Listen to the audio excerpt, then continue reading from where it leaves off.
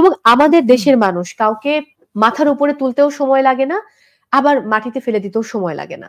আমি অনেকগুলো উদাহরণ টেনে আনতে পারি। আমি নিকোলাপুর উদাহরণ মানে টেনে আনতে পারি, উপস্থাপক। আপনার উদাহরণ টেনে আনতে পারি, সালমান মুক্তাদির উদাহরণ টেনে আনতে পারি, যে একটা সময় খুব গালি দিচ্ছে কোন একটা পার্সোনাল ইস্যুকে কেন্দ্র করে। It's personal life, car personal লাইফে কি হলে এটা একান্তই তার ব্যাপার। আবার কিন্তু কাজের জন্য আবার বাহবাও দিচ্ছে।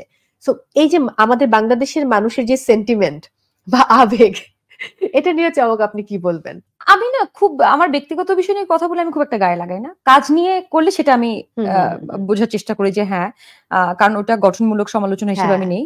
কেউ যদি আমার অভিনয় নিয়ে কথা বলে সেটা আমি বুঝে আমার অভিনয়টা কারেক্ট ভালো করার চেষ্টা করি, বেটার করার চেষ্টা করি। কিন্তু ব্যক্তিগত জীবন নিয়ে যদি কেউ কথা বলে আমি খুব একটা গায়ে লাগাই না। কারণ আমার ব্যক্তিগত জীবনে আমার যেটা ভালো লাগে আমি সেটাই করব।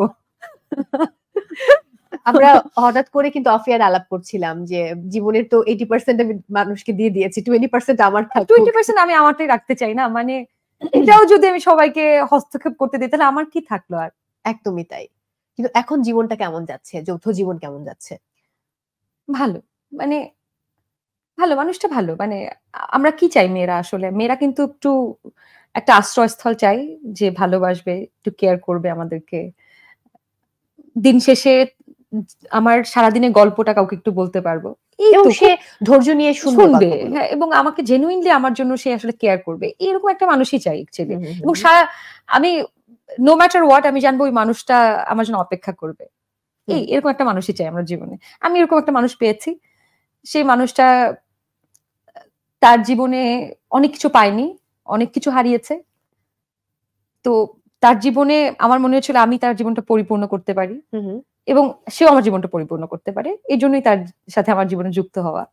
অনেকে অনেক রকম মন্তব্য করেছে বিয়েটাকে কেন্দ্র করে, এবং আমি আর একটা ইন্টারভিউতে পড়েছি এরকমটা বলেছেন যে টাকা এবং ক্ষমতা দুটোই তার থেকে আমার বেশি।